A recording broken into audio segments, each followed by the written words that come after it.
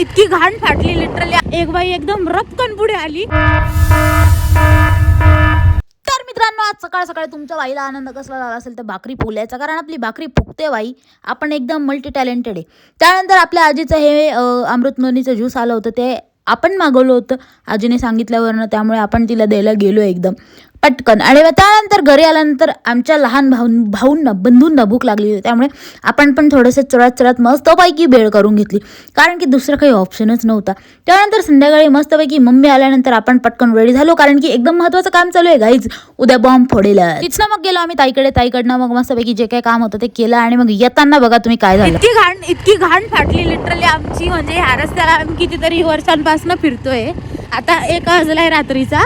आणि आम्ही ना येताना एक बाई एकदम रपकन पुढे आली. आणि माझ्यासोबत आयुष्यात असं कधीच झालेलं नाही आहे. ती बाई आली आणि इतकी घाण फाटली लिटरली आमची. म्हणजे घाण फाटली की असं वाटलं की भूतभीत आहे.